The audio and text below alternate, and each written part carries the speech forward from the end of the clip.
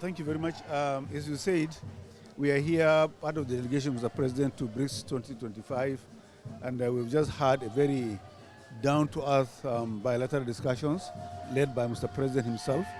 And on the Brazilian side, President Lula de Silva led his own team. From the presentation of President, I had him mention part of the reforms embarked upon by Mr. President Bola Tinubu has been that of the creation of the Ministry of Livestock at the federal level. And he kept on emphasizing that Nigerian livestock need the kind of transformation the Brazilian sector has underwent over the years. And he repeated that 3 times. That underscores his own commitment, the political support he is giving to the transformation of the livestock sector. However, already in the last 1 month that we've been here to attend the Brazil-African Second Dialogue, we had extensive discussions with a number of the key players in the Brazilian livestock sector. Number one, we've had discussions with the Brazilian Minister of Livestock, Minister of Agriculture, Livestock and Fisheries.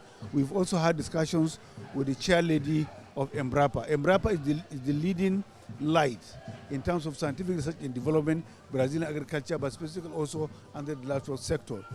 Now, those discussions dovetailed on a number of 3 things.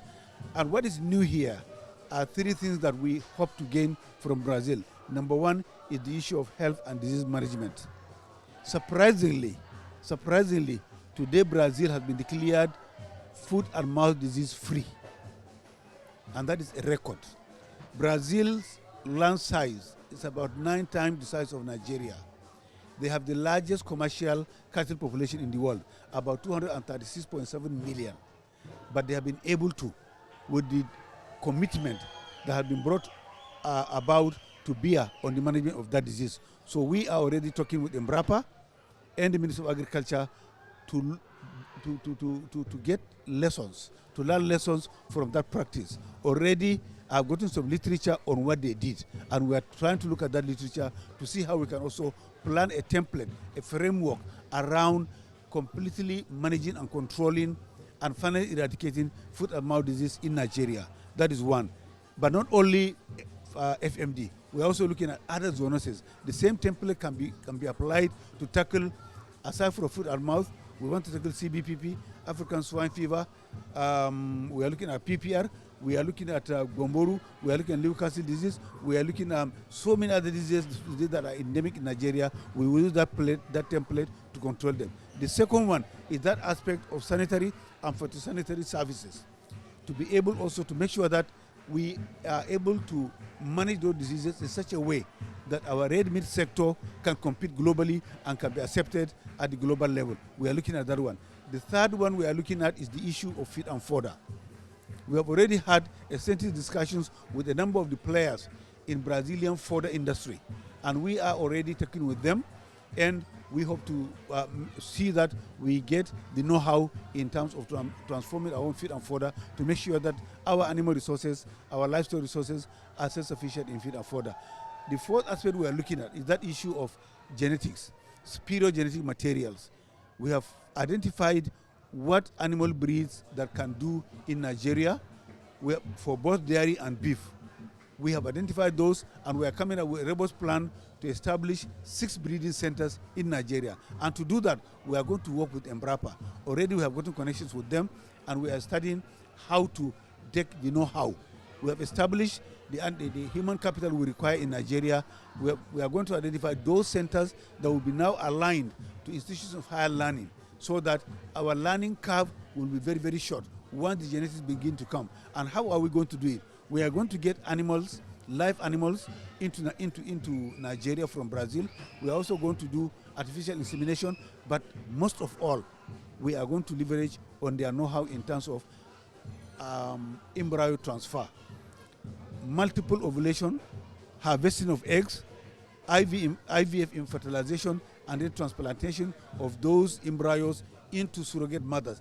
That can quickly leapfrog the number of animals that we want now to receive those superior genetics. So once we do these ones, we'll be in a position to, for instance, improve the productivity of our animals in the not distant future.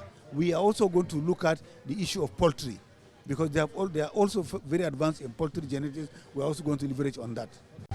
Honestly, I'm so excited. And both President Lula and President Tinubu hit it on the head. The South-South collaboration and the BRICS collaboration will bring so much to Nigeria in terms of exchanges in air, transportation, shipping, trade, investment, and also mining and agriculture. They discussed extensively on issues of how we can partner to develop our own economy. Being one of the largest black countries in the world, Nigeria, they've seen opportunity for a lot of exchanges where it's going to be both import and export of goods and services, and also from both parties. So we have seen a window that Nigeria will benefit in this collaboration. Thank you. Of the president, what is Lagos taken away from? Well, thank you very much. I think this is one bilateral meeting that was truly exciting for me. I was able to see 2 brother presidents, our president, President Bola Tinubu, and President Lula, exchanging real hard brother-to-brother talk. And I would say the sincerity of wanting to advance the opportunities of these 2 countries very, very quickly. For me, it was the fact that they were both eager and anxious to want to advance, the course of opportunities that are abound. And what are the areas? I was privileged to say a few words, and the things that we took away was Lagos in particular. How do we ensure that aviation, becomes something that is signed on very, very quickly? Remember, the vice president of Brazil was in Nigeria about a week and a half ago. And so it was re-emphasized again that we should immediately have, an air movement, both from the Nigerian side and so from the Brazil side. So you probably will see a Sao Paulo to Lagos, flights taking off very soon. I was truly very excited about that. The other area we talked about was in culture, and Lagos sits. And the president of Brazil actually also mentioned that he knows that, in 2-3 centuries ago, there were over 15,000-20,000 people from Lagos that were in Brazil. And so we reminded and said that, yes, we still have that huge cultural heritage there. There are lots of Brazilian names, there are a lot of Brazilian culture, there are a lot of Brazilian architecture and historic buildings that are still in Lagos. And so these are some of the things that we believe we can advance. Lagos also reminded them that the population of the state, of the city, of the country speaks to a market that is available, for the Brazilian, economy as well. So in all, we saw opportunity in trade, in investment, in aviation, in research, in agriculture, in mining. And these are conversations that the two brother presidents agreed that they need to advance further very quickly, and begin to see the impact of the conversation we had today. And I was really very excited because both of them are extremely very desirous of ensuring that a big working relationship happens between the two countries, and the people can only be the beneficiary at the end of the day. And so for me, it was a lot of take back. And they've said to us that they're not going to allow bureaucracy to slow them down, which for me is also another plus, for the two of them, and like we said, there have been some earlier conversation, there have been some MOUs. We need to be able to take those forward into concrete agreements, and they're seeing that there'll still be one or two other visits that will come before the end of the year, and we're committed to ensuring that, we'll put our best foot forward and come up with things that can work for two countries very, very soon. Thank you. Thank you very much for having me. Yes, I was part of today's bilateral meeting between President Bola Tinubu and President Lula da Silva. And for me, it was very humbling. It is indeed a privilege. It was an amazing meeting because what I saw was a very intentional, deliberate resolve by both presidents to walk the talk. President Lula spoke first. He was very emphatic about the fact that the time is now. And his passion was felt. His commitment and political will was contagious. He spoke about a serious sense of debt obligation to Africa by Brazil, and the intention to repay that debt obligation by partnering with Africa and particularly Nigeria in the area of technology transfer, working with us in enhancing education, vocational education training, sharing with us their success in agriculture, trying to see what they can do by ensuring and seeing how Petrobras can partner with our oil and gas and mining, wanting to ensure that we also imbibe energy transition, and also to see what we can do in the area of research and also healthcare. And our president was very, very, very responsive and unequivocal about the fact that he has demonstrated that because of his unwavering commitment to food sovereignty, which he repeated several times. And that was why when last time he came here for BRICS, he signed an MOU with a Brazilian company, JBS, JB Batista and Sons, who supply 70% of the world's protein. And that MOU sought to for JBS to invest $2.5 billion in Nigeria, and that is already being worked out. He also spoke about how to partner, with Nigeria in the area of ensuring that direct flights, operate between Brazil and Nigeria, believing that that is what would help in unlocking the potentials for partnership that both countries possess.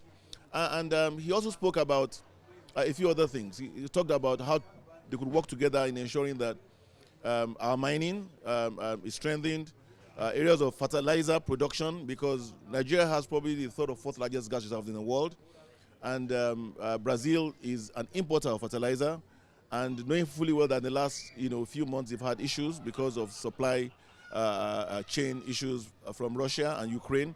And they welcome to Nigeria to come and set up fertilizer plants in partnership with us. They both resolved that they must pursue their conclusions very aggressively by removing any bureaucracy or red tape. Our president committed to that. They both resolved that by the time the president is coming here next on a state visit, which President Lula kept on emphasizing that in August, President is coming here on a state visit, and between now and that time, they must begin to work out how to ensure that obvious and deliberate steps are seen in actualizing all the discussion that we had today. In fact, President Lula went ahead and said that there must be a business forum must hold when President Bola Tinubu comes here in August for a state visit, which should see businessmen from Nigeria, businessmen from Brazil meet together to begin to actualize these very lofty initiatives that both presidents discussed today. It was indeed a very productive meeting, and for me again, it was indeed a privilege not just to attend, but also to speak as one of the subnational government heads in Nigeria. Thank you very much for having me. Thank you, thank you, thank you. Yeah, there's no question about that. Why do we have insecurities in our state, like in Benue State? Because we have unoccupied spaces. All these areas are arable. So why are we not farming the entire land? So part of this engagement gets me intrigued because something is coming up, that we add up on a good push, even in terms of agriculture, and then also in terms of solid minerals. They're quite huge on this thing too. So if we have all those and we're not harnessing them, why is that so? Why are we not growing economically? Why are we developmentally? Why are we lacking behind? So there are quite a number of things. If you do agriculture at a very commercial large scale, again, it comes to play that security in between is also taken care of. So the spaces are no longer just left loose, but are fully occupied and then for commercial basis. So. Well, first I would like to express my satisfaction in seeing that there is that partnership, a relationship between Brazil and Nigeria. The two presidents met and you could see the passion in them, you could see the intensity of that intention to collaborate and partner with both countries. They expressed the delight of, this is like the third time they're meeting as at that high level. First, Mr. President coming to Brazil, the G20, and then the Vice President of Brazil that went to Nigeria just a couple of weeks ago. And today, Mr. President is now visiting Brazil.